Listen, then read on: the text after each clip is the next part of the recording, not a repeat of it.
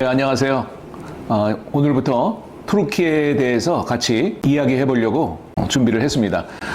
투르키의 이해하기라는 제목으로 앞으로 20편에 걸쳐 가지고 여러분들을 찾을 예정입니다. 먼저 제가 뭘 제일 먼저 할까를 고민하다가 아무래도 터키의 가장 대표적인 도시 이스탄불을 뺄 수가 없기 때문에 이스탄불에 대해서 먼저 첫 편으로 소개를 하면서 시작할까 합니다. 여기 순서를 보시면 아시겠지만은 먼저 도시에 대한 개괄, 그리고 이 도시가 가지고 있는 역사적인 배경, 그리고 그 각각 도시의 배경 때마다 이루어졌던 세계적인 유적, 비잔티움, 그리고 로마 제국, 동로마 제국, 오스만 제국, 그리고 오늘날 바로 이 자리에 마지막 땅의 주인인 투르키의 공화국까지 그 역사적인 배경과 유적을 한 번씩 살펴볼 예정이고요. 마지막으로 이스탄불 하면은 우리가 꼭 기억해야 될 키워드들 몇 가지로 오늘 강의를 마무리할까 합니다. 자, 먼저 도시의 개괄을 한번 같이 보시겠습니다. 지도를 한번 보시면 좋겠네요.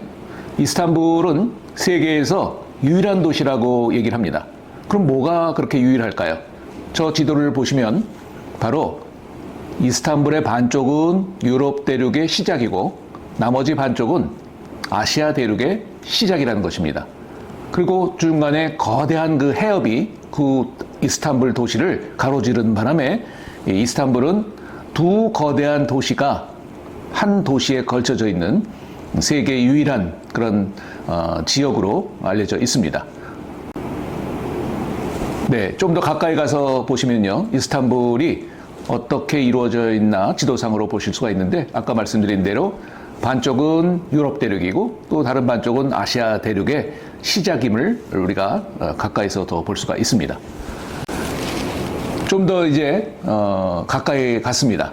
바로 큰 두 대륙이 이스탄불로 이루어져 있고 그 두 대륙을 가로지르는 35km의 이 보스포러스 해협이 눈에 보이고 있습니다.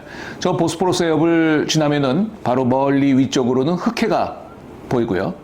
그 다음에 아래쪽으로는 또 하나의 바다가 보이는데 이 바다의 이름을 말마라라고 부릅니다. 말마라. 제 생각에는 이 한국 사람이 지나가다가 너무 아름다워가지고 말하지 마라, 말마라, 이런 식이 아닐까 했는데 아직 그 학설은 없습니다. 자, 더 가까이 한번 줌인을 해봤습니다. 이스탄불은 이렇게 또 바다로 나눠져 있기도 하지만 조그마한 갈래에 만으로 이렇게 나뉘어져 가지고 이스탄불의 반쪽은 또 유럽 쪽 이스탄불이고 또 다른 반쪽은 또 아시아 쪽 이스탄불로 이렇게 조그마한 만으로 갈려져 있는 모습을 보게 되는데, 특별히 지금 화면으로 보고 계신 왼쪽은 구시가지라고 부르고요.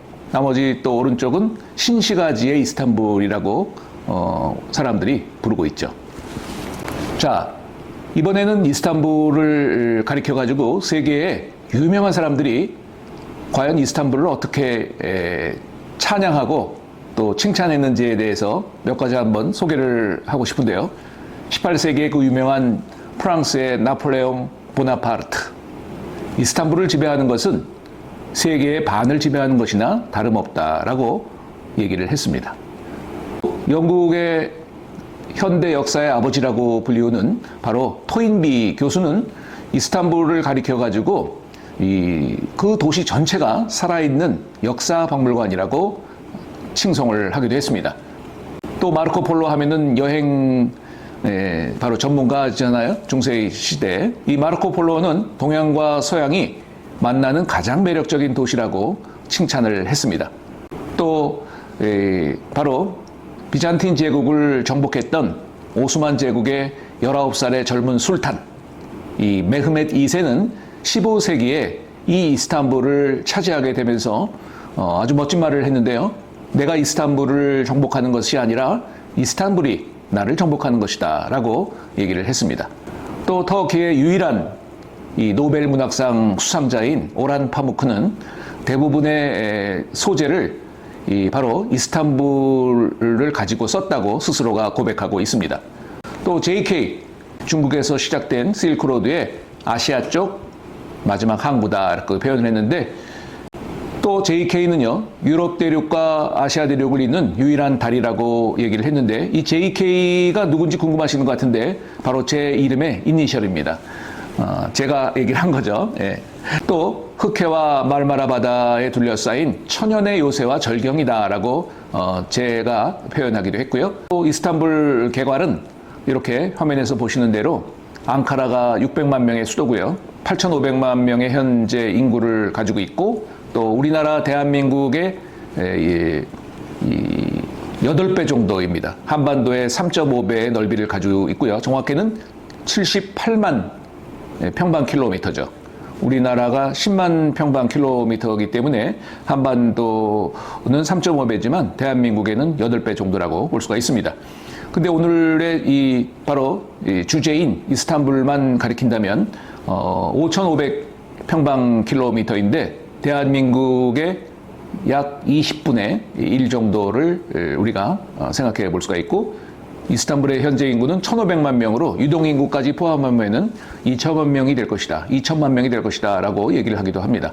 주요 민족으로는 투르크족들이 대부분이죠. 85%, 또 쿠르드인들이 10%, 또 아랍 등 소수민족이 5%로 이루어져 있습니다.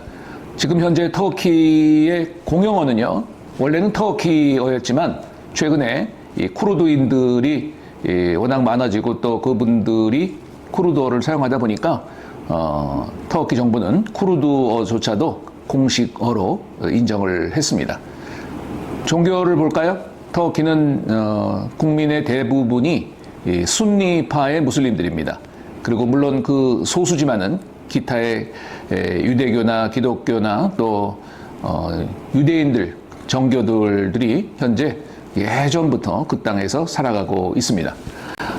이스탄불의 지도를 보시면서 오늘 다시 한번 개괄을 정리해 보면, 인구 1,500만 명의 세계적인 도시, 터키 제1의 도시, 또 보스포러스 해협과 차나칼레라는 또 하나의 해협으로 둘러싸인 도시, 또 말마라라고 하는 내해와 흑해를 가지고 있는 도시, 또 기독교 문명과 이슬람 문명이 교차한 도시, 또 같이 중복되어 있는 도시, 이렇게 표현할 수가 있고요.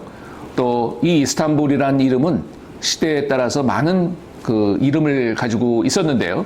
첫 번째로 비잔티움이었습니다. 이곳은 로마의 속국으로 있었던 조그만 소도시 국가인 비잔티움으로 있었던 곳인데, 이 비잔티움이 로마 제국으로 병합이 되면서부터 로마의 한 도시로 있다가 바로 이 로마의 유명한 컨스탄틴 대제, 왜 유명할까요? 기독교를 국교로 공인했던 그런 황제이기도 하죠. 이 로마의 컨스탄틴 대제는 이태리 로마에서 비대해진 로마 제국을 통치하기 위해서 좀 더 전략적이고 또 중간적인 지역을 택하자라는 이름하에 두루두루 살피다가 비잔티움이라는 곳을 와서 보더니 너무 절경이기도 하고 요새이기도 한 것을 보면서 꼭 마음에 들어가지고 바로 수도를 천도하게 됩니다. 그리고 이 비잔티움으로 옮긴 콘스탄티노플의 이름을 따서 이 지역의 이름을 바로 이스탄불의 바로 전신 이름이죠. 비잔티움에서 그 사람의 이름인 콘스탄티노플이라는 도시 이름이 그때부터 생기게 되는 것이죠. 그래서 콘스탄티노플은 동로마 제국까지도 이어지면서 같은 이름을 가지고 있고요. 이 동로마 제국이 비잔틴 제국으로 이름을 바꾸고 있다가 천년의 그런 기독교 문명을 향유하다가 1453년, 굉장히 중요한 해인데요. 1453년에 오스만 제국에 의해서 멸망을 하게 되면서 이 오스만 제국은 이 이스탄불의 이름을 컨스탄티노플이라는 이름을 그대로 씁니다. 사실은 약간 뭐 발음상의 차이는 있어도 컨스탄티니에라는 이름을 그대로 써서 오스만 제국 내내 수도로서 이 컨스탄티니에가 존재를 하고, 이스탄불이라는 이름은 공화국이 되고 나서부터 생긴 이름이라고 볼 수가 있습니다. 네, 오늘 1부는 여기까지 하기로 하고요. 2부는 다음 시간에 도시의 역사와 유적을 통해서 다시 한번 여러분들을 찾아가도록 하겠습니다. 고맙습니다.